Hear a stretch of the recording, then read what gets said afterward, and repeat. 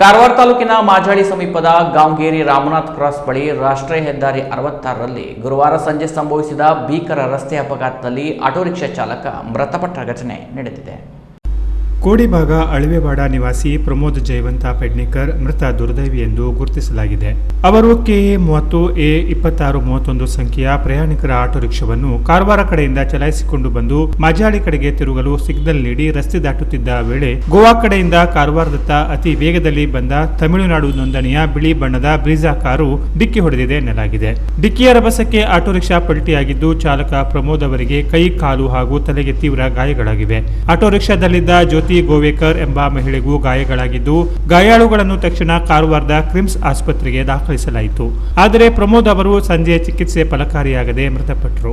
ಅಪಘಾತದ ಬಳಿಕ ಕಾರು ರಸ್ತೆ ಬದಿಯ ಬಸ್ ನಿಲ್ದಾಣ ಕಟ್ಟಡಕ್ಕೂ ಡಿಕ್ಕಿ ಹೊಡೆದು ಪಲ್ಟಿಯಾಗಿದ್ದು ಕಾರಿನಲ್ಲಿದ್ದವರಿಗೂ ಗಾಯಗಳಾಗಿವೆ ಎಂದು ತಿಳಿದು ಬಂದಿದೆ. ಈ ಕುರಿತು ಬೈತ್ಕೋಲ ನಿವಾಸಿ ಕ್ರಿಸ್ಟೋಫರ್ ವಿಲ್ಸನ್ ಫರ್ನಾಂಡಿಸ್ ಅವರು ನೀಡಿದ ದೂರಿನ ಮೇರೆಗೆ ಚಿತ್ತಾಕುಳ ಪೊಲೀಸ್ ಠಾಣೆಯಲ್ಲಿ ಪ್ರಕರಣ ದಾಖಲಾಗಿದೆ. ಕಾರು ಚಾಲಕ ಕೊಯಿಮತ್ತೂರು ನಿವಾಸಿ ಅಜಿತ್ ಎಸ್ ಸುಬ್ರಹ್ಮಣಿಯನ್ ವಿರುದ್ಧ ಪೊಲೀಸರು ತನಿಖೆ ಕೈಗೊಂಡಿದ್ದಾರೆ.